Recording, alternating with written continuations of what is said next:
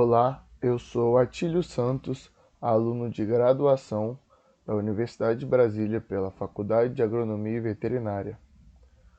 Hoje eu vim falar sobre o meu projeto de iniciação científica do edital 2019-2020 a respeito da termografia como ferramenta na avaliação do conforto térmico de suínos em sistemas de criação ao ar livre, orientado pela doutora professora Sheila Tavares.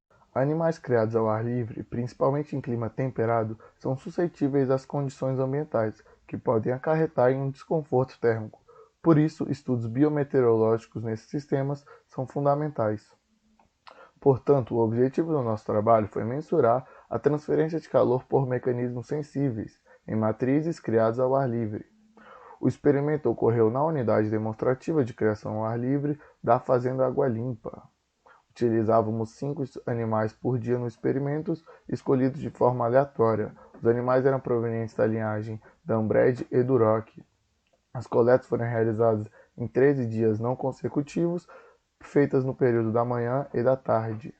Os parâmetros meteorológicos avaliados foram temperatura do ar, umidade relativa, velocidade do vento e temperatura do globo negro, todos esses dados coletados em intervalos de 10 minutos.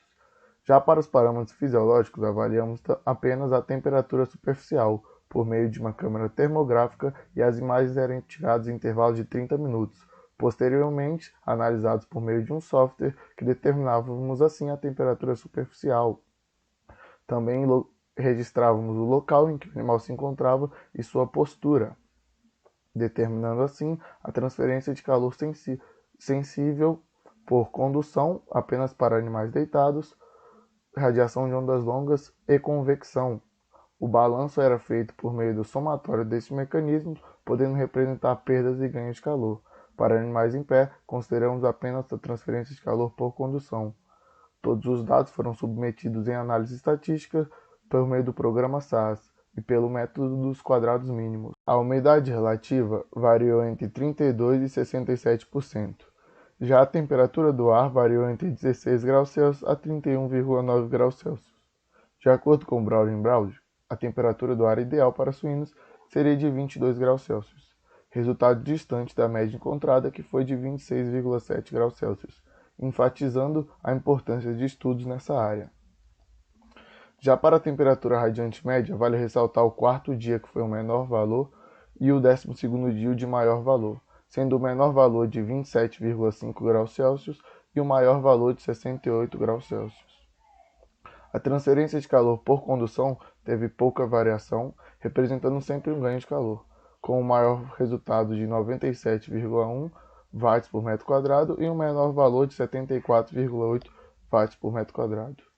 Já a temperatura radiante média e a transferência de calor por radiação de ondas longas estavam sempre muito atreladas, sendo o menor valor uma perda de calor de 13 watts por metro quadrado e o maior valor um ganho de calor de 261,2 watts por metro quadrado. Já a transferência de calor por convecção também foi muito atrelada à temperatura do ar, tendo seu maior valor um ganho de calor de 1 watt por metro quadrado e o menor valor uma perda de calor de 32,4 watts por metro quadrado. A transferência de calor em relação aos animais representou sempre um ganho de calor para todos os animais.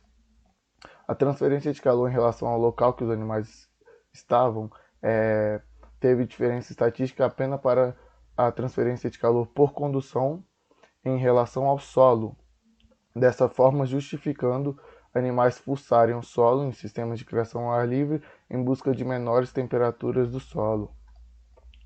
A transferência de calor em relação à posição em que o animal se encontrava teve uma perda de calor por convecção e evitava o ganho de calor por condução quando estava em pé. Dessa forma, justificando os dados obtidos por Mohs em 2020, em que os animais pertenciam a maior parte do tempo em pé nesses sistemas de criação. Portanto, concluímos que a transferência de calor por condução representou sempre um ganho de calor. Transferência de calor por radiação de ondas longas foi a de maior contribuição para o balanço, representando ganhos e perdas de calor. E a transferência de calor por convecção foi a de menor contribuição para o balanço, representando também perdas e ganhos de calor. Agradeço a todos pela atenção.